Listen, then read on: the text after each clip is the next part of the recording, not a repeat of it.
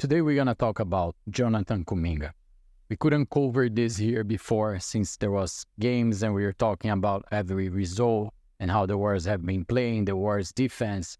But there's some drama going on right now with Jonathan Kuminga, Steve Kerr, and the Warriors organization, which hasn't been so much discussed because the results are coming on the court, and that's obviously shadows all the problems that we are having. But reality is, Jonathan Kuminga, and I said here before, he bet on himself. He believed that he could play so well this season and be so relevant, especially with Klay Thompson leaving, that he could get that max extension that he was trying to, and that the Warriors are playing hardball. And I think like a fair enough resistance to get that contract for Kuminga. And the reality is that so far, he hasn't been not even close to the relevance that is needed if you expect a $225 million max extension. So when you look to Kuminga's number, and you can see here on the screen, he's averaging 11 points. He's averaging less than Buddy Hield that is coming off the bench in most of the games. He's averaging points that is for a medium to solid bench six-man role. And more important, independent of the numbers that you're seeing here, is the fact that he is not having the relevance that is needed if you want to get a max extension, as I said. For Kuminga, and Draymond said that before, for what he was trying to prove, achieve, and betting on himself, he needed at least to be an all-star level and the Warriors be winning. Reality is that Kuminga has been maybe the fourth option, scoring option, right? So you can think Stephen Kerr is number one, undeniably. And then you have Andrew Wiggins that, with all the back and forth and rumors and trade speculation, came playing well. It's true, missed 2 games, but scored 29 points, for example, in that third game against the Clippers. Was the only player actually that really played well a lot that game. And then you have Buddy Hield. You have Moses Moody, you had Brandon Brzezinski that costs a lot less, and the Warriors just signed that extension with him. Lynn Waters the third, a grateful surprise for the Warriors. So reality is that Jonathan Kuminga lost space.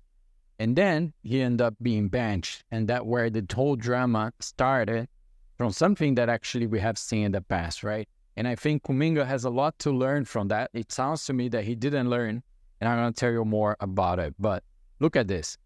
So this is how he responded, and that's my first problem here, right? So Steve Kerr is a leader of this team. He's the coach. He's the decision maker.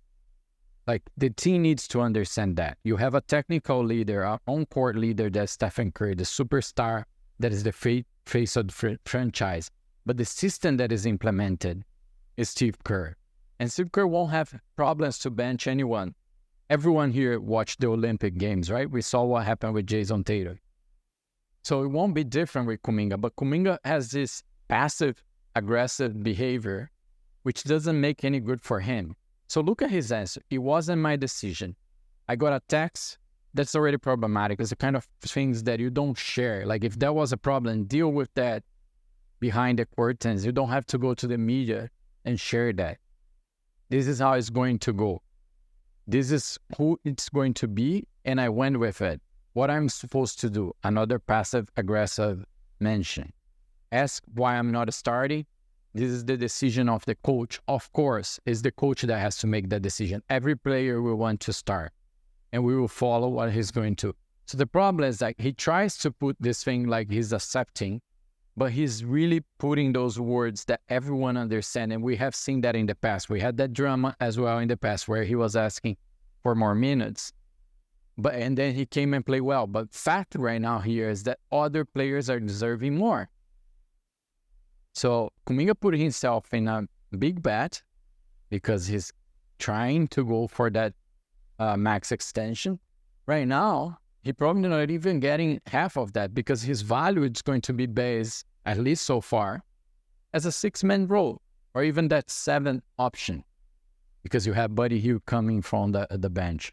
So it's not going well for him, and you can see already people commenting about it. So let's take a look on. You understand Kerr's reasoning for moving Kuminga to the bench Yes, the Pelicans. They won 100%. I understand 1,000%, and I said it.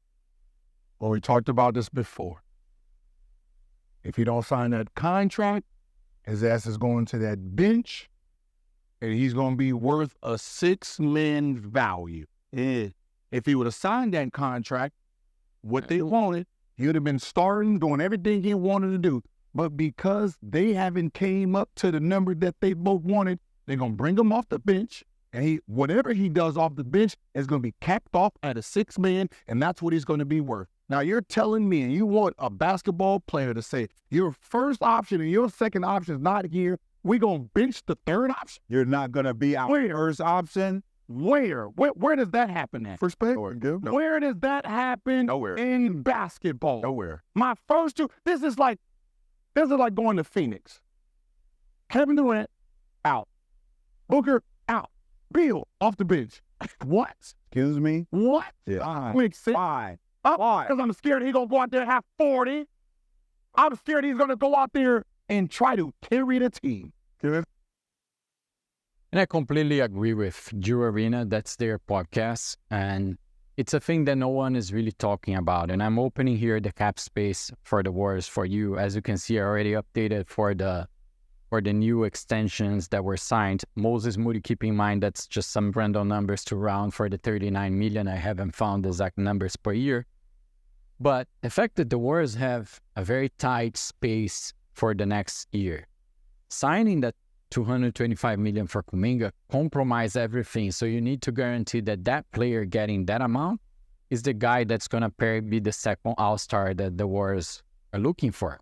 Otherwise, we could be here talking about Jimmy Butler, Giannis, that will cost a little bit more per year. It's actually not even, because if you split that 225 by 5 years or 4 years, you're going to put basically what Giannis is doing with the Milwaukee Bucks right now. So that's the sort of level that Kuminga is trying to compare himself. So he needs to deliver a lot more. And the Warriors obviously won't come clear and say that they're benching him because of that. But the fact is, like, right now, Kuminga got in a position where, I say here, he bet on himself and he's not being relevant and he's not being fully needed. That's the point. Is he adding? Did he play well the last couple of games? Yeah, he played fine and he showed a little bit of improvement, but he was far away from being the guys that we needed, even without Stephen Kerr. That's what Drew Arena was saying, and even without being Andrew Wiggins. So he got the starting position that he's been fighting for. He got moved to the small forward position, number 3, and he couldn't be relevant. So you don't have, as Jordan said, the number one option, Stephen Curry. You don't have Andrew Wiggins. It was his moment to shine. I said here in the video before, he was the guy that needs to step up. But what Steve Kerr did, move him to the bench, gave him less space, less minutes. It's an impact, it's a message.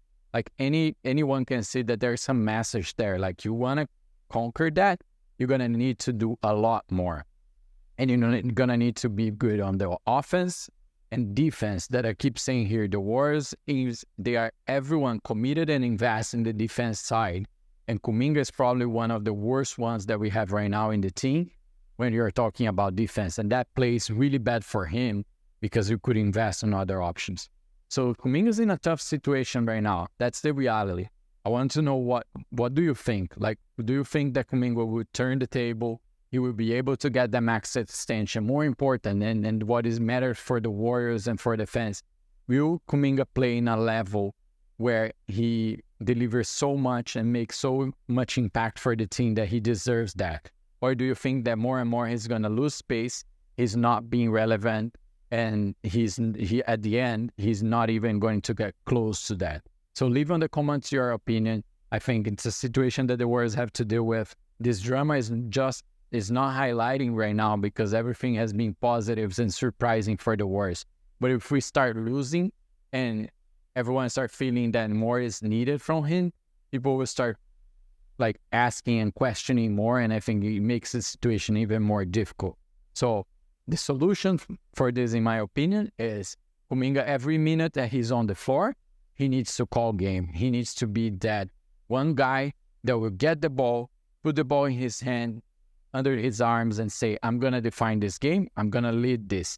But to do that, he needs to be assertive because he's not going to get that many tries. And with the rotation, the 12-man roster, 13-man roster that we have right now, you play bad, you're bench.